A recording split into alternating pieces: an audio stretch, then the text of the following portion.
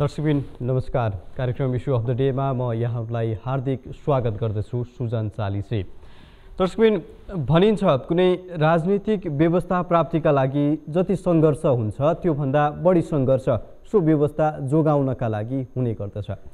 15 वर्ष अघि नेपालले अपनाएको गणतन्त्र जोगाउन नेपालका राजनीतिक दलहरूका लागि अहिले हम्मे हम्मे परिरहेको जस्तो देखिन्छ। जबकि हालको व्यवस्था विश्वमै सर्वश्रेष्ठ व्यवस्था रहेको उनीहरूले पटक पटक दाबी गर्दै आएका छन्।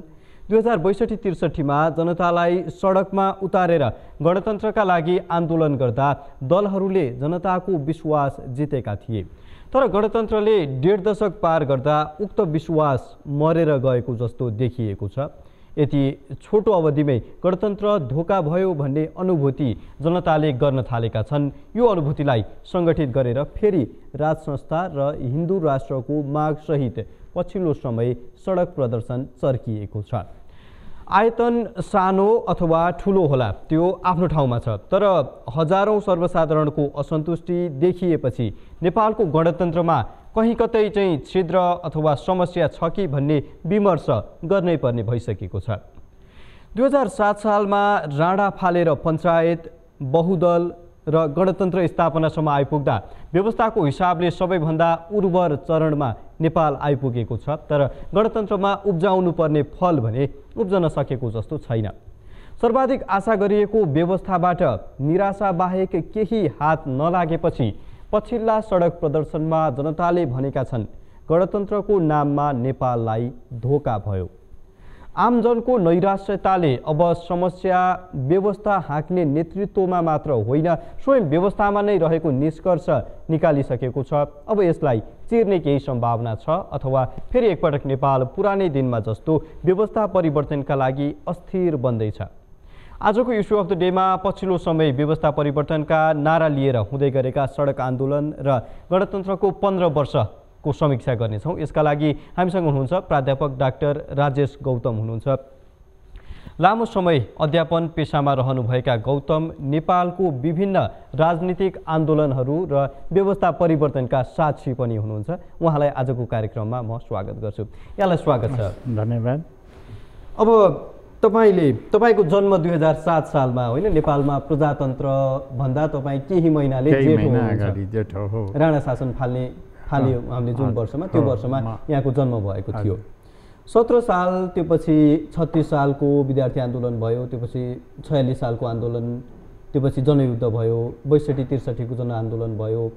यी जनआन्दोलनहरूले जति पनि व्यवस्था परिवर्तन गराए, सुरुमा हामीले प्रजातन्त्र, त्योपछि राजाले कु गरिसकेपछि पञ्चायती शासन स्थापित भयो, त्योपछि बहुदल स्थापित भयो, 62-63 पछि 65बाट भनौँ न हामीले गणतन्त्रको थालनी गऱ्यौँ विधिवत रूपमा, त्योपछि अहिले सङ्घीयता, धर्मनिरपेक्षता, यो व्यवस्थाहरू नेपालले अङ्गीकार गर्दै गर्दा क्रमिक रूपमा तपाईँले देख्नुभएका व्यवस्थाहरू क्रमैसँगमा नेपालको अस्तित्व, नेपाल र नेपालीको जीवनशैली, आर्थिक अवस्थादेखि लिएर अहिले चाहिँ अझ विशेष चर्चा गर्नुपर्ने विषय भनेको नेपालको सार्वभौमसत्ता, यो विभिन्न विषयमा तपाईँले आफ्नो जीवनकालमा आजको दिनसम्म आइपुग्दाखेरि कुन व्यवस्थामा अलि बढी नेपाल चाहिँ ठिक ट्र्याकमा छ कि भन्ने महसुस गर्नुभएको छ, पहिला, अहिले, अथवा कुन चाहिँ व्यवस्थामा? मलाई के लाग्छ भन्दा आम नेपालीको चाहिँ एउटा धारणा के हो भन्दा देशमा यद्यपि राणा शासनपछि प्रजातन्त्र आयो, प्रजातन्त्रलाई पनि कु गरेर राजाले 17 सालमा फेरि पञ्चायत ल्याए। यद्यपि त्यसलाई पनि पञ्चायतका समर्थकहरूले प्रजातन्त्र नै भनेर चाहिँ व्याख्या गर्न थाले। 46 सालमा आएर फेरि प्रजातन्त्रको पुनर्स्थापना भयो। त्यसपछि फेरि 62-63 का आन्दोलनहरू भए। यी सबै परिवर्तनहरूमा आम नेपाली जनताको एउटा भावना, एउटा दृष्टिकोण के हो भन्दा देशमा गणतन्त्र आए पनि, देशमा चाहिँ अन्य व्यवस्थाहरू आए तापनि आम नेपाली जनताले प्रजातन्त्र भन्ने शब्दलाई नै महत्त्वपूर्ण चाहिँ राखेको चाहिँ मलाई लाग्छ। त्यसैले परिवर्तन भन्ने बित्तिकै प्रजातन्त्रको चाहिँ कन्सेप्ट देखा पर्छ। यद्यपि त्यसको आफ्नो आफ्नो परिभाषा चाहिँ छ। जस्तो गणतन्त्रको आफ्नो परिभाषा भयो, पञ्चायतको आफ्नै परिभाषा भयो, त्यो किसिमको स्थिति चाहिँ रह्यो। तर यति हुँदै पनि आम नेपाली जनताहरूले चाहिँ यो परिवर्तन सँगसँगै आफ्नो आर्थिक चाहिँ स्थितिमा पनि परिवर्तन चाहेका थिए। देशको सामाजिक र चाहिँ अन्य चाहिँ स्थितिमा पनि परिवर्तन चाहेका थिए र राजनैतिक स्वरूपमा परिवर्तन भएको राजनैतिक स्वरूपभित्र पनि आफ्नो अस्तित्व खोजिरहेका थिए। तर भयो के त भन्दा परिवर्तन त भयो, तर परिवर्तनपछि देशको सत्तामा आएका नेताहरूले त्यो परिवर्तनलाई चाहिँ आम नेपाली जनताको बिचमा गएर महसुस गराउन सक्ने स्थितिको सिर्जना चाहिँ भएन। हो, बहुदल आइसकेपछिको केही समय 2-3 वर्षको बिचमा चाहिँ अलिकति आम नेपाली जनताले हो प्रजातन्त्र भनेको त रहेछ, यही रहेछ भने त राम्रै हुन्छ भन्ने दृष्टिकोण नबनाएका पनि होइनन्। तर राजनैतिक दलभित्रकै जुन किसिमको चाहिँ विभाजन र विकृतिहरू देखा पर्यो, त्यो विकृतिले के देखायो त भन्दाखेरि आम नेपाली जनताहरूमा क्रमशः चाहिँ ओहो प्रजातन्त्र भनेको पनि यही विकृतिकै एउटा चाहिँ सङ्गालो पो रहेछ कि भन्ने एउटा स्थितिको सिर्जना भयो। अब आम नेपाली जनतालाई हेर्ने हो भने आम नेपाली जनताले चाहे त्यो चाहिँ राणा शासनमा होस्, चाहे त्यो प्रजातन्त्र आइसकेपछिको स्थिति होस्, चाहे त्यो पञ्चायतकै स्थिति होस्, चाहे आज गणतन्त्रकै स्थितिमा आजको परिस्थितिमा पनि आम नेपाली चाहेको के हो त भन्दा धेरै ठुलो नेपाली जनताको चाहना नै छैन।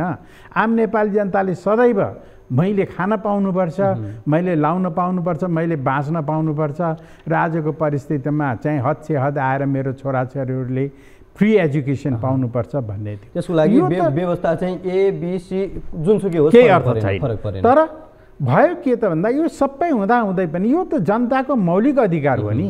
यो मौलिक अधिकारलाई पनि व्यवस्थित रूपबाट स्थापना गर्न नसक्दा परिवर्तनका सङ्ख्यालाहरू चाहिँ क्रमशः देखा परेको र त्यो स्थितिको अन्त अझै भइसकेको छैन। आज पनि जनताको चाहना के हो त त्यही नै हो, त्यही नै माग जनताको हो।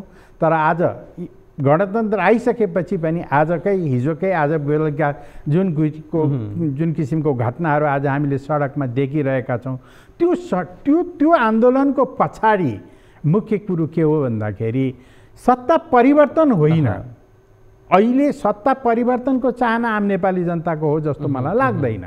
आम नेपाली जनताको चाहना के त भन्दाखेरि आफ्नो स्थितिलाई मजबुत बनाउने कुराहरू मात्र हो।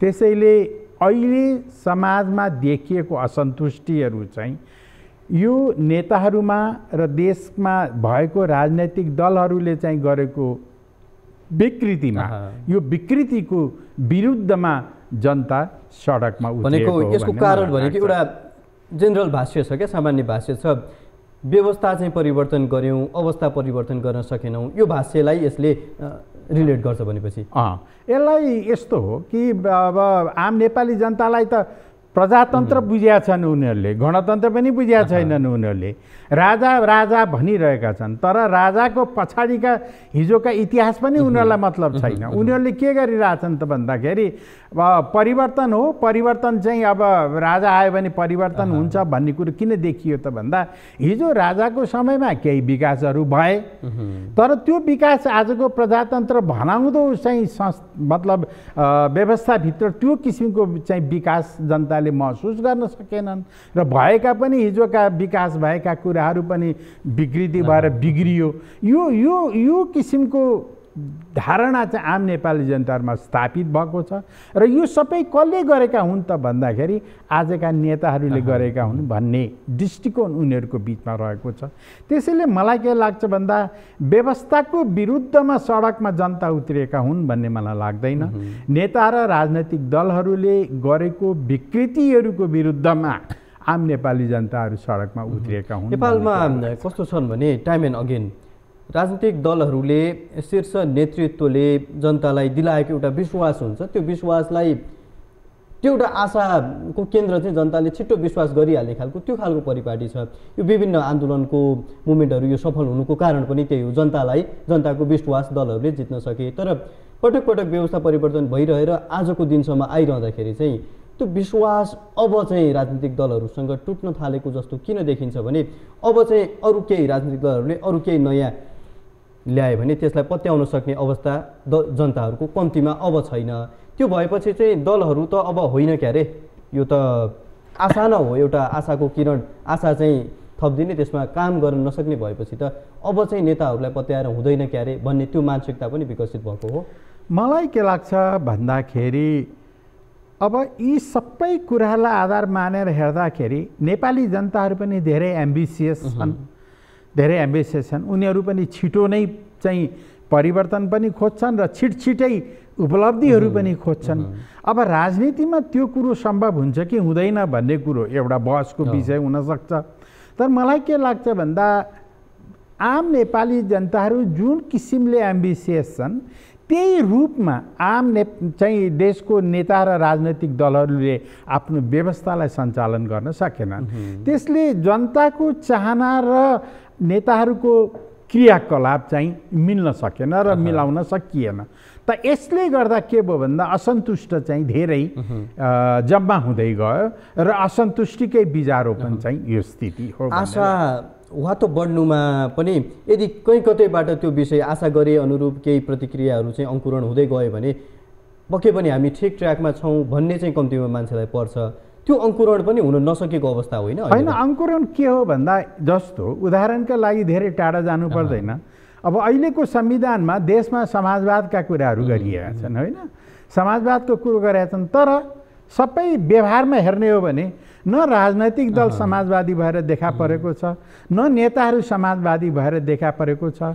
नाममा चाहिँ रङ्ग्याई चङ्ग्याई गरेर समाजवादी राखेका छन्। अनि न चाहिँ देशलाई समाजवादीतिर लैजाने कुनै चाहिँ योजनाहरू नै प्रस्तुत गर्न सकिरहेका छन्।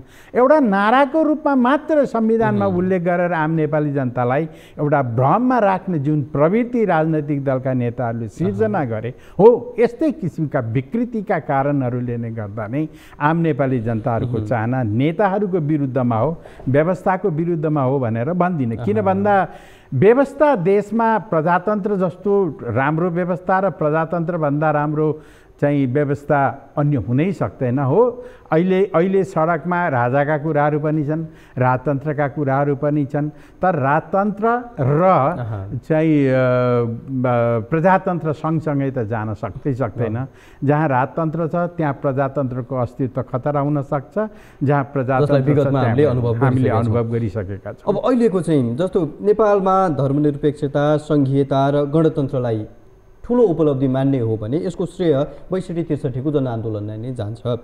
पहिले त यो आन्दोलनको लागि है अहिले चाहिँ जसरी मुभमेन्ट भइरहेछ त्यो मुभमेन्ट र ६२-६३ को मुभमेन्ट, त्यो दुईवटा मुभमेन्टलाई जोडेर कसरी हेरिएको छ भने अहिले फगत एउटा व्यक्ति अथवा एउटा पात्रको नेतृत्वमा त्यो आन्दोलन भएको होइन, त्यसमा केही ब्याकअप फोर्सहरू, केही ब्याकअप शक्तिहरू छन् भनेर केहीले विश्लेषण गर्ने गर्छन्। र २०६२-६३ को आन्दोलनलाई पनि विश्लेषण गर्नेले के भन्छन् भने यो चाहिँ केवल दलहरूले मात्र सम्भव गराएका होइनन् अथवा नागरिकको चाहनाको मात्र उपज थिएन ६२-६३ को आन्दोलन र त्यो पछिको परिवर्तनहरू भनेर चर्चा गर्ने गर्छन्। ६२-६३ को आन्दोलन कसरी अङ्कुरण भएको थियो, यसलाई सफल कसरी बनाइयो, कसले बनायो, यहाँले हेर्दाखेरि के देख्नुहुन्छ? अब मलाई के लाग्छ भन्दा यो देशको सबै राजनैतिक आन्दोलनहरूको पृष्ठभूमिलाई हेर्ने हो भने र त्यसको पछाडिको शक्तिलाई हेर्ने हो भने आम नेपालीको जनता मात्रै कारक तत्त्व रहँदैन र रहेको पनि देखिँदैन। चाहे त्यो 7 सालको आन्दोलन होस्, चाहे त्यो 17 सालकै राजा महेन्द्रले गरेको कुनै किन नहोस्, त्यसको पछाडि पनि राजाको मात्रै इच्छा र चाहना मात्रै निर्भर भएको हो भन्ने मलाई लाग्दैन। त्यस्तै गरी ४६ सालको आन्दोलन पनि र चाहिँ ६२-६३ का आन्दोलनको पछाडि पनि जनता अगाडि हो, जनता अगाडि रहेकै हुन्, तर जनताका पछाडि धाप लगाउने तत्त्वहरू चाहिँ अरू नै हो भन्ने मलाई लाग्छ। भनेको त्यतिखेरको ६२-६३ को कुरा गर्ने हो भने धर्मनिरपेक्षता चाहिँ कम्तीमा त्यो समग्र आन्दोलनमा धर्मनिरपेक्षताको बहस चलाउने केही पात्रहरू, केही व्यक्तिहरू थिए, तर समग्र जनताको मत अथवा अभिमत त्यहाँ थिएन, जनमत त्यहाँ थिएन। यो धर्मनिरपेक्षतालाई कहीँ कतैबाट घुसाइयो भन्ने जस्तो देखिन्छ र यो इतिहास हामीले पढ्ने हो भने, हेर्ने हो भने, अनुभव गर्ने हो भने त्यो देखिन्छ। यसरी हेर्दाखेरि जनताले चाहेका व्यवस्था अथवा जनताले भित्रबाट चाहिँ यस्तो होस् भनेर चाहेको व्यवस्था होइन भने त अहिले जनताको असन्तुष्टि रहनु भनेको स्वाभाविक होइन? एकदम। यसमा एउटै कुरो फेरि म दोहोऱ्याउँछु, मलाई के लाग्छ भन्दाखेरि आम नेपाली जनताले जुन यो अहिले पछाडि 62-63 को आन्दोलनपछि जुन नयाँ संविधानका जुन परिकल्पना भयो र नयाँ संविधान देशमा प्रस्तुत भयो, त्यतिखेर पनि आम नेपाली जनताहरूको एउटा चाहना के थियो भन्दा अहिले नयाँ संविधानको आवश्यकता छैन। हो, हिजो चाहिँ हामीले चाहिँ 46 पछि 47 मा जुन किसिमको संविधान हामीले प्राप्त गरेका छौँ, त्यो संविधान नै यो देशको लागि व्यवहारिक छ। त्यसैले नयाँ संविधानको आवश्यकता पर्दैन भन्ने एउटा ठुलो जनमत थियो। तर 62-63 को आन्दोलनले के गर्यो भन्दाखेरि देशमा अब माओवादीहरूको आन्दोलन त उग्र रूपमा थियो र उनीहरूकै प्रतिफल स्वरूप देशमा परिवर्तन भएको हो। त त्यो परिवर्तनको आधार के थियो त भन्दाखेरि उनीहरूले देशमा राजतन्त्र अन्त गर्ने, नयाँ संविधानको निर्माण गर्ने, धर्मको चाहिँ कुराहरू पनि परिचालन गर्ने, यस्ता कुराहरू त्यहाँ थियो। तर संविधान निर्माणको क्रममा जुन किसिमले आम नेपाली जनताले बनाएको संविधान भनेर दावा गरियो, यथार्थमा त्यो आम नेपाली जनताहरूको चाहना अनुरूप निर्माण भएको संविधान हो भनेर दावा गर्ने ठाउँ चाहिँ रहेन। किन भन्दा स्वीकार्यता चाहिँ 47 को संविधानमै थियो, जहाँ चाहिँ मुलुकको प्रमुखको रूपमा भनौँ अथवा संवैधानिक रूपमै भए पनि राजा हुन्थे, राजा त थियो, प्रजातान्त्रिक व्यवस्था बहुदल व्यवस्था त्यो रहिरहेको थियो। राजालाई कमसेकम एउटा कर्नरमा लगेर राख्ने त्यो परिस्थिति त सिर्जना थियो।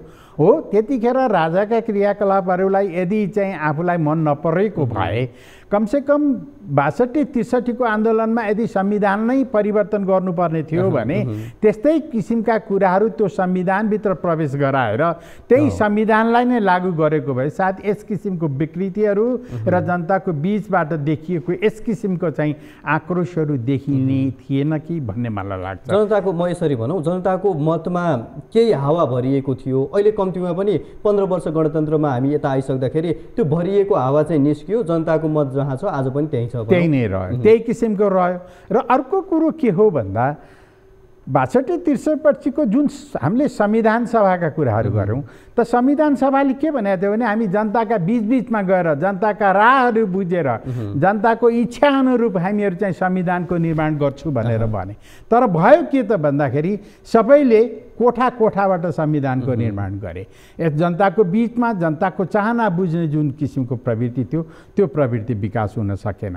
यदि त्यतिखेर सही रूपबाट यो कुरोको प्रयास गरिएको भए सायद त्यतिखेर हिन्दू राष्ट्र भन्ने शब्द हट्दैन थियो भन्ने मलाई लाग्छ। अब यहाँलाई यो एउटा चाहिँ अलिक बृहत प्रश्न पनि हुन्छ, यसको समग्रमा यहाँले सकेसम्म छोटकरीमा जवाफ दिनुहोला भन्ने मेरो अपेक्षा छ। राजा हटाउने त्यो जुन आन्दोलनको माग भनेर भनियो, 65 मा हामीले राजा हटायौँ, त्यतिखेर जनतालाई भन्दा पनि राजनीतिक दलहरूलाई चाहिँ राजा बढी बिझाएका रहेछन् होइन? किनभने जनताको त अघि पनि हामीले चर्चा गऱ्यौँ, 47 को संविधान नेपालको परिप्रेक्ष्यमा हामीलाई स्वीकार्य छ, यो चाहिँ ठिक छ, बरु यसमा कहीँ कतै केही चाहिँ छिद्रहरू छन् भने त्यसलाई टालौँला, यसलाई नै अगाडि बढाएर लैजाउँला भन्ने अभिमत रहँदै गर्दा राजनीतिक दलहरूको चाहिँ त्यतातर्फ आँखा थिएन होइन? त्यसबेला जसरी पनि राज संस्था अथवा राजाको अवशेष चाहिँ भत्काउनुपर्छ भन्ने थियो। एउटा के हो भन्दा अब त्यतिखेरको स्थितिमा जनताको बीचमा यदि गएको भए राजतन्त्रको अन्त नहुने स्थिति सिर्जना हुन सक्थ्यो। र त्यतिखेर फेरि राजालाई बोकेर हिँड्ने राजनैतिक दलहरूले पनि त्यतिखेरको राजालाई चाहिँ धोकै दिए भन्ने मलाई लाग्छ। किन भन्दा राजा चाहिन्छ कि चाहिँदैन भनेर जुन किसिमको एउटा बहस छेडिएको बेलामा कसै हिजोको चाहिँ राजालाई समर्थन गर्ने ती व्यक्तिहरूले पनि कमसेकम राजाको समर्थनमा चाहिँ जसरी आज चाहिँ बहस गरिएका छ त्यस्तै किसिमको बहस त्यतिखेर सिर्जना गरेको भए सायद आज जुन किसिमको विचारहरू देखिएको छ त्यो किसिमको स्थिति त्यतिखेर सिर्जना हुँदै थिएन।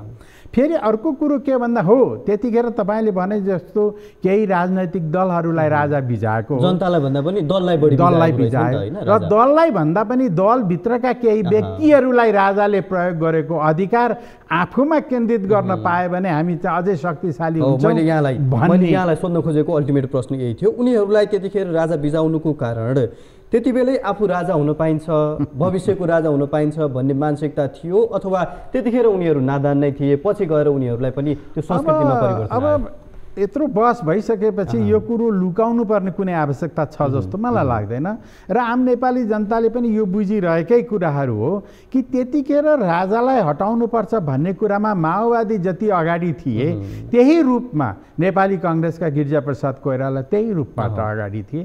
त्यसैले यो देशमा राजतन्त्रलाई अन्त गर्नको निम्ति यद्यपि हिजोको स्थितिमा राजतन्त्रलाई बोकेर हिँड्ने राजनैतिक दल पनि नेपाली काङ्ग्रेस नै थियो, तर अन्तिममा गएर राजालाई निकालेर राजाको अधिकार मैले प्रयोग गर्नुपर्छ भन्ने व्यक्ति पनि नेपाली काङ्ग्रेसभित्रकै व्यक्ति भएको कारणले गर्दा त्यतिखेर सहज रूपबाट राजतन्त्र अन्त भयो र त्यो स्थिति के भयो, त्यसको बिजारो पनि त्यसको तुस चाहिँ रहिरह्यो।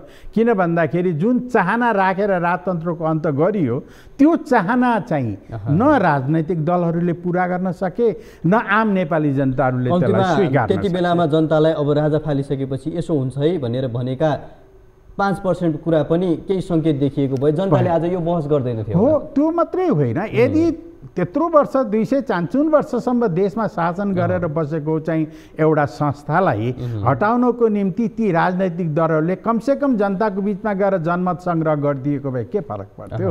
यदि त्यतिखेर जनमत सङ्ग्रह गर्ने क्रममा नेपालमा राजतन्त्र चाहिन्छ कि चाहिँदैन, राजा चाहिन्छ कि चाहिँदैन, नेपाललाई हिन्दू राष्ट्र बनाउनुपर्छ कि पर्दैन भन्ने कुराको जनमत सङ्ग्रह गरिदिएको भए आज राजाको हौवाले पनि मतलब राजनैतिक दलका नेताहरू तर्सिनु पर्ने कारण पर्दैन थियो र नेपाली जनताले पनि उनीहरूले हिन्दू राष्ट्र मागेका थिए, त्यो पाएको भए सायद आजको स्थितिको सिर्जना हुने थिएन भन्ने चाहिँ मलाई हुन त यो अब अर्को चाहिँ विषय के भने यो खुसियालीको अथवा कति खुसी छन् जनता भनेर मापन गर्ने त्यो एब्सोल्युट स्केल त हुँदैन। तर मेरो प्रश्न राजा सहितको 2047 को संविधान र अहिले गणतन्त्र संघीयता बोकेको 2072 को संविधान, नेपालको पछिल्लो संविधान, यो दुईवटा संविधानलाई अंगीकार गर्दै गर्दा जनताको मुहारमा खुसीको क्षण अथवा जनतासँग भएको त्यो प्रसन्नता, जनतासँग भएको एउटा देशप्रतिको पनि एउटा विश्वास हुन्छ नि, त्यो विश्वास चाहिँ त्यतिखेर बहुदलमा थियो कि आज गणतन्त्रमा छ? हेर्नुहोस्, एउटा कुरा के भन्दा आम नेपाली जनताहरूले राजा पनि मतलब सक्रिय राजा पनि खोजेको होइन र राजा बिनाको व्यवस्था पनि खोजेको होइन। आम नेपाली जनताले राजालाई आज जुन किसिमको भावना आम नेपाली जनताले प्रयोग गरिरहेका छन्, विचारहरू व्यक्त गरिरहेका छन्, त्यसको पछाडि के त भन्दा हिजोको सक्रिय राजतन्त्रकै डिमान्ड चाहिँ आम नेपाली जनताले गरेका हुन् भन्ने मलाई लाग्दैन। सक्रिय राजनीति होइन, हो संविधानभित्र बाँधिएको चाहिँ राजालाई खोजेका हुन्। त्यस अर्थमा आजको संविधान भन्दा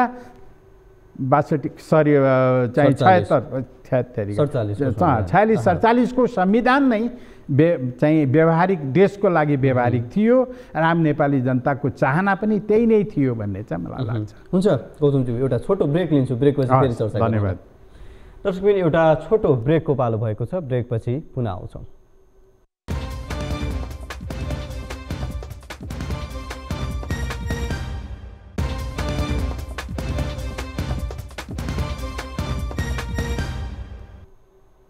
हजुर, यहाँहरूलाई फेरि पनि स्वागत छ। इस्यु अफ द डेमा छौँ, प्राध्यापक डाक्टर राजेश गौतम हुनुहुन्छ, उहाँलाई म फेरि पनि कार्यक्रममा स्वागत गर्छु। यहाँलाई फेरि पनि स्वागत छ। धन्यवाद। अब अर्को विषय, पछिल्लो विषयमा जाउँ। अहिले पछिल्लो समय पात्रको नाम त लिइरहनु पर्दैन, जगजाहेरै छ, तर पात्रमा होइन, यो प्रवृत्ति देखिएको छ नि पछिल्लो समय, र त्यो प्रवृत्तिलाई जनताले पत्याउने आधार पनि बनेको छ। के भने यो जति हामीलाई गणतन्त्र असहज भएको छ, त्यो गणतन्त्र फेर्न सक्ने कोही पात्र मात्र त होइन, केही प्रवृत्ति चाहिँ अब क्रमशः विकास हुँदैछ।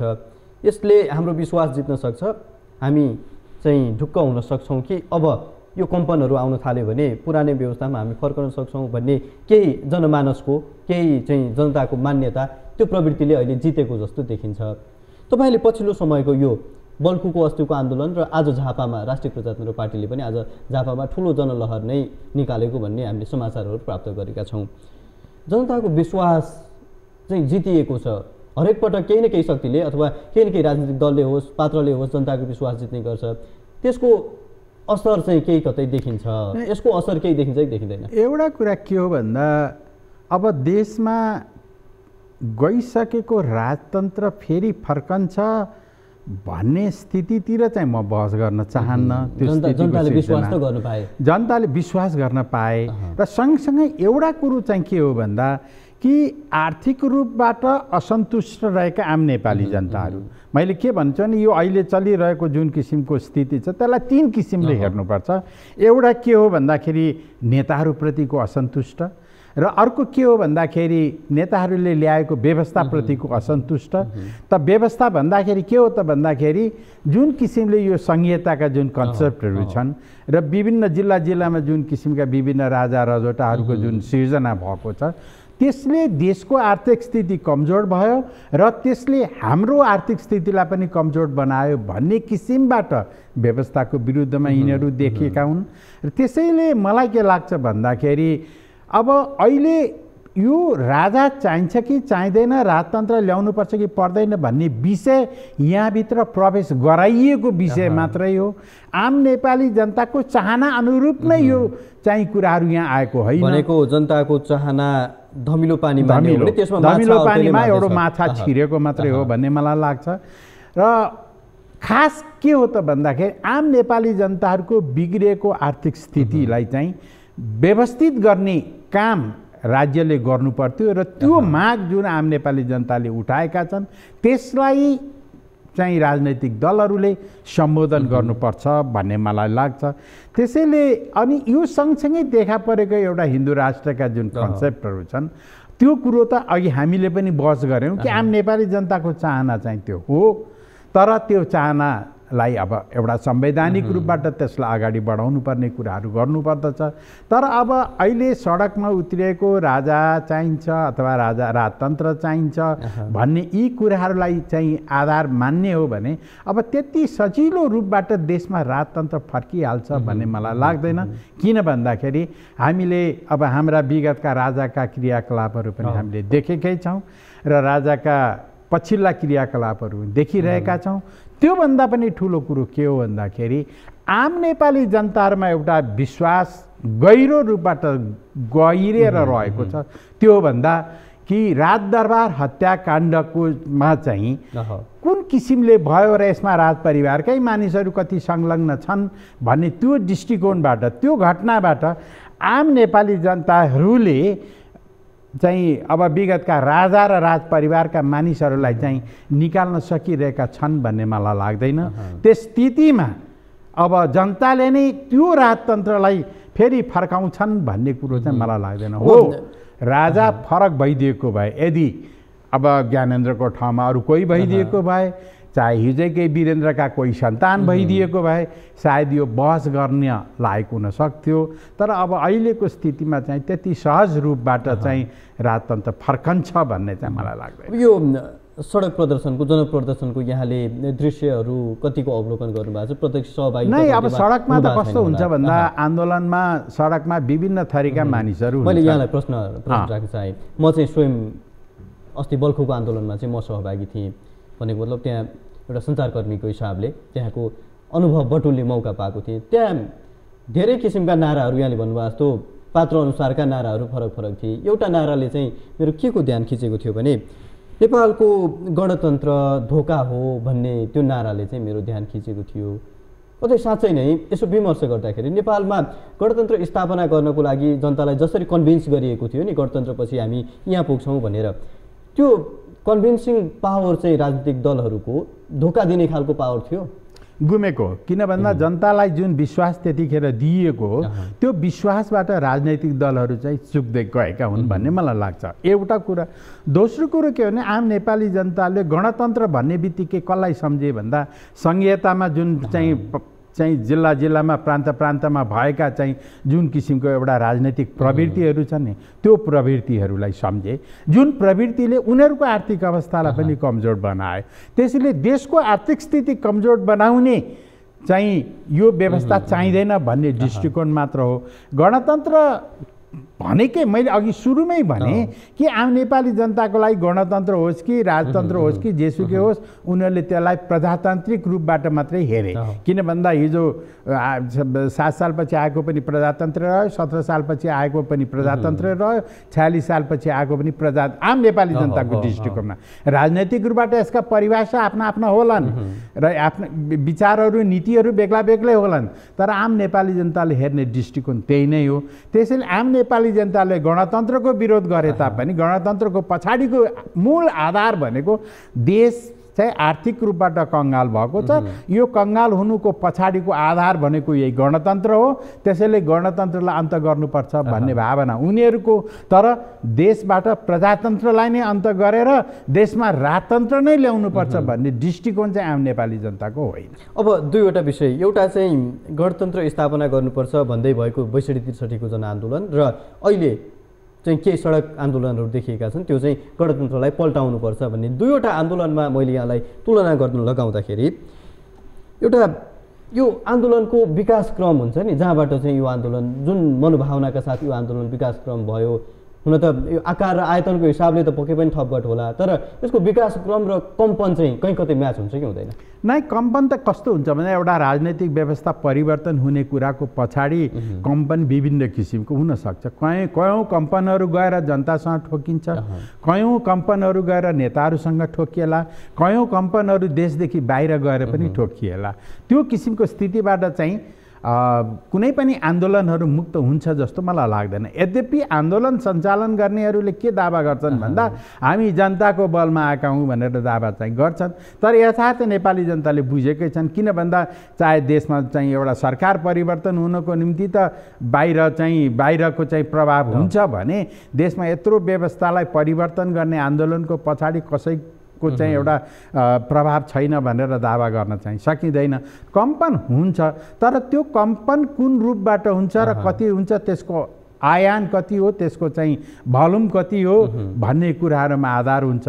तर अब अहिले मलाई के लाग्छ भन्दाखेरि अहिले जुन सडकमा देखिएका आन्दोलनका जुन नाराहरू छन्, जुन प्रवृत्तिहरू छन्, सडकमा उत्रिएका जुन किसिमका विभिन्न किसिमका नाराहरू छन्, त्यो एकीकृत नाराहरू भएन। एकीकृत नारा नहुँदाखेरि के हो भन्दाखेरि त्यो आन्दोलन विकृति रूपबाट अगाडि बढ्न सक्छ। किन भन्दा एउटाले एउटा नारा लगाउने, एउटाले एउटा नारा लगाउने, एउटाले एउटा नारा लगाउने, कहीँ कथाचित तीभित्र गएर चाहिँ होइन गणतन्त्र जिन्दाबाद चाहिँ भन्ने नारा पनि त लाग्यो भने भोलिको स्थितिमा के गर्ने? त्यसैले मलाई के लाग्छ भन्दा आन्दोलनलाई मात्र आधार बनाएर चाहिँ यो आन्दोलन ठिक हो भनेर चाहिँ अहिले तुरुन्तै चाहिँ देशमा परिवर्तनका कुराहरू सम्भव हुन्छ जस्तो मलाई लाग्दैन। यो तपाईँले भन्नुभयो नि डाइभर्स किसिमको नाराहरू छ, बहुलक्ष्य प्राप्तिको लागि त्यो आन्दोलनको आकार अथवा आयतन त हामीले गणितीय हिसाबले हेर्दाखेरि पनि त्यो सम्भव जस्तो देखिन्छ अहिलेको लागि। किनभने अब हिजो 46 सालको आन्दोलनमा देशभरि थियो, आज देशभरि छैन, सीमित ठाउँमा मात्रै छ। हो, यद्यपि आज झापामा पनि त्यही किसिमको स्थिति रहियो, यदि रहेको हो भने अब त्यो होला। तर एउटै कुरो चाहिँ म के भन्छु भन्दा कि देशमा एउटा चाहिँ पोखरीमा चाहिँ एउटा तरङ्ग राजतन्त्र ल्याउनुपर्छ अथवा राजालाई फर्काउनुपर्छ भन्ने एउटा तरङ्ग चाहिँ यो नेपालको चाहिँ गणतान्त्रिक राजनीतिक समूहभित्र चाहिँ त्यो एउटा तरङ्ग चाहिँ प्रवेश गरे। ढुङ्गा हानेर कम्पन भएको हो, यद्यपि सुनामी आएर त्यो पानी बाहिर निस्किने भोलिको स्थितिमा त्यो अब चुनावी आधारबाट त्यसलाई त्यो हट्न पनि सक्छ होइन। भोलि अब चाहिँ बाहिरी कम्पनबाट यदि यो चाहिँ भएको हो भने अब त्यही रूपबाट अगाडि बढ्ला। तर मलाई के भने यो एउटा कम्पन चाहिँ नेपालको राजनीतिमा चाहिँ यो कम्पन 46 सालपछि यो राजा र राजतन्त्रको जुन कम्पन हो त्यो कम्पन चाहिँ प्रवेश गरेको। राजनीतिक व्यवस्थाको आयु 15 वर्षमै समीक्षा गर्नुपर्ने त्यो खालको आयु हुन्छ कुनै पनि व्यवस्थाको? संसारमा कहीँ पनि हतपति यस्तो किसिमको चाहिँ स्थिति हुँदैन। तर नेपालमा के भन्दा हाम्रा राजनैतिक दलका नेताहरूका चाहिँ कुबुद्धि, हाम्रा राजनैतिक दलहरूका चाहिँ कमजोरी र देश चलाउन नजान्ने, आन्दोलन गर्न जान्ने हाम्रा नेताहरू, राजनैतिक दलका नेताहरू सबै आन्दोलन गर्न चाहिँ हाम्रा राजनैतिक दलका नेताहरू सिपालु छन्, तर देश सञ्चालन गर्नको निम्ति यिनीहरू सिपालु रहेनछन् भन्ने प्रवृत्ति हामीले 46 सालपछि आजसम्मकै सबै कुराहरूलाई हेर्दै आउने हो भने हामीले बुझ्छौँ। त्यसैले अब त्यति सजिलो, किनभने 10-10 वर्षमा 5-5 वर्षमा चाहिँ व्यवस्था परिवर्तन गरेर देशको निर्माण चाहिँ हुँदैन, देश पनि व्यवस्थित हुन सक्दैन। त्यसैले एउटा शासन व्यवस्थाले कमसेकम पनि 40औं वर्ष 50औं वर्ष सञ्चालन हुन सक्यो भने त्यस रूपबाट राजनैतिक दलहरूले आफूलाई स्थापित गर्न सके भने जनताको बिचमा आफूलाई भिज्ने, जनताका भावनाहरूलाई कदर गर्न सक्ने स्थिति रह्यो भने अगाडि बढ्ने हो। होइन अब यस्तो किसिमले एउटा अन्योलपूर्ण स्थिति, नातावाद, कृपावाद यस्ता दृष्टिकोणहरूबाट अगाडि बढियो भने अब देश चाहिँ व्यवस्थित रूपबाट अगाडि बढ्न सक्दैन। यसको अर्थ के हो त भन्दा देश कमजोर हुँदै जान्छ। देश कमजोर हुँदै जानुको अर्थ के हो भन्दा जनता पनि कमजोर हुँदै जाने हो र यसको परिणाम भोलि के हुन सक्छ भन्दा देशको अस्तित्वमाथि पनि प्रश्न चिन्ह उठ्न सक्छ। यो किसिमको स्थितिबाट चाहिँ हामी मुक्त हुनुपर्छ, हाम्रा राजनैतिक दलहरू मुक्त हुनुपर्छ। अब गणतन्त्र लोकतन्त्र ल्याउनलाई हामीले यति मेहनत गऱ्यौँ भन्ने दाबी गर्ने राजनीतिक दलहरू छन् नि, अहिले त्यसलाई जोगाउन पनि हामीले उति नै मेहनत गर्दैछौँ भन्ने राजनीतिक दलहरू उनै छन्। तर तपाईँको विचारमा ती राजनीतिक दलहरूले आफैभित्र चाहिँ लोकतान्त्रिक व्यवस्था र देशको लोकतन्त्र जुन छ त्यसलाई संस्थागत गर्नको लागि सफल भएका छन्? यो प्रश्न मैले किन सोध्दैछु भने यो पछिल्ला मुभमेन्टहरूको विषयमा पनि दुर्गा प्रसाईलाई हिजोको दिनमा, हिजोकै मितिमा चारैतर्फबाट प्रहरीले घेरेर घरभित्र एउटा नजरबन्दको जस्तो अवस्थामा राखियो।